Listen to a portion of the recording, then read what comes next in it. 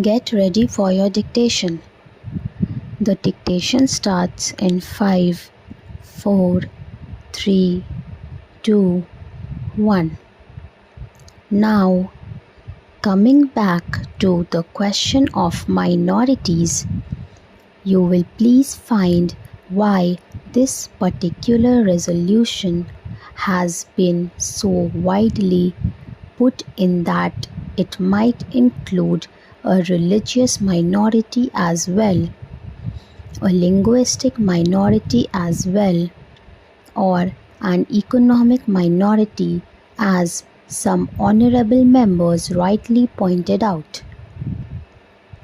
Now, sir, a question arises whether there ought to be any such protection in so far as a particular type of minority is concerned. I shall deal with the question of minorities at some length. But you will please find, sir, what the honorable mover wants is that there ought to be a permanent minorities commission. It ought to be endowed with statutory powers. Therefore, sir, an attempt is being made for the first time by my honorable friend for driving a wedge between a community and a community.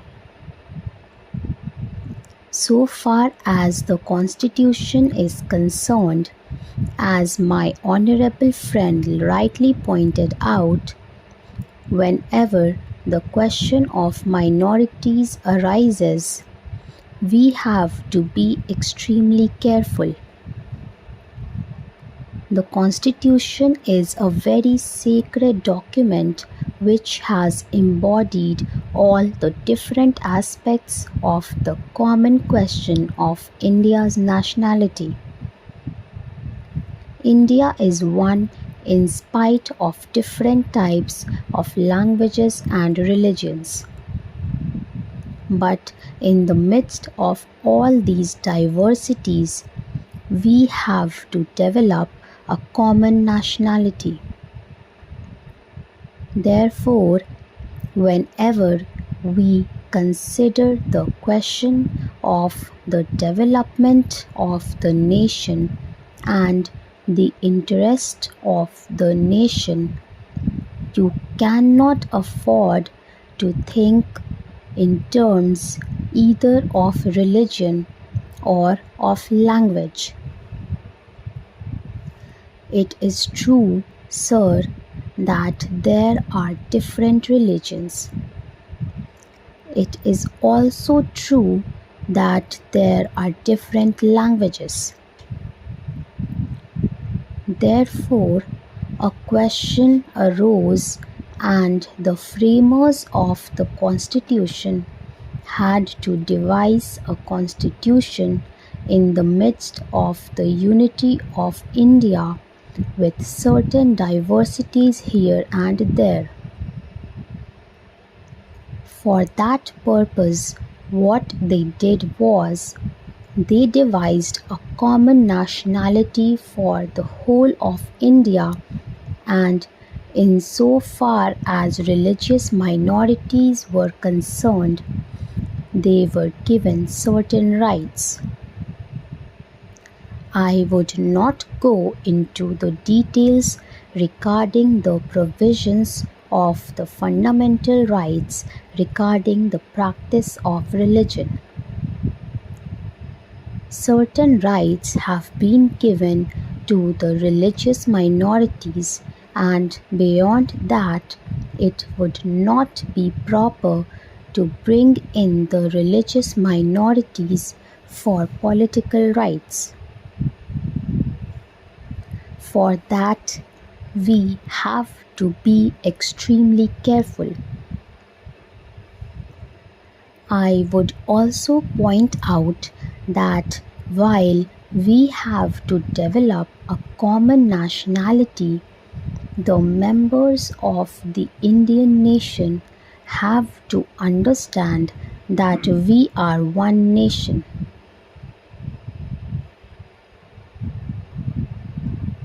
Therefore, certain rights in respect of religious minorities were given. They were fundamental rights, and most of them are justiciable rights. Here we stopped so far as the religious rights were concerned.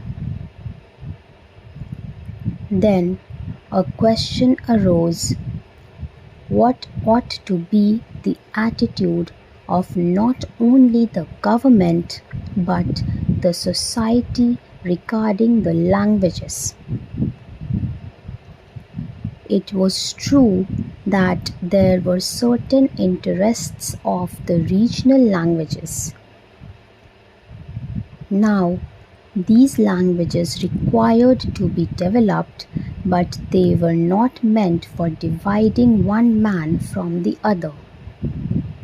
So, in 1956, when the states were formed, to a certain extent on the basis of language, what was done was not to have a state with cent people belonging to a regional language, because there were bound to be people belonging to different languages. That was the reason why this question was considered at great length, and the States Reorganization Commission also went into this question of linguistic minorities. It was bound to arise here and there because they were likely to feel that their rights and safeguards given to them might or might not be properly implemented. So this question was considered first by the States Reorganization Commission, and they dealt with the question whether we should have a permanent minorities commission. They went into it very carefully and shrewdly. They found out that it would not be proper to set up a permanent minorities commission, because the result, if not the actual effect, would be that a permanent wedge would be driven between one community and another community.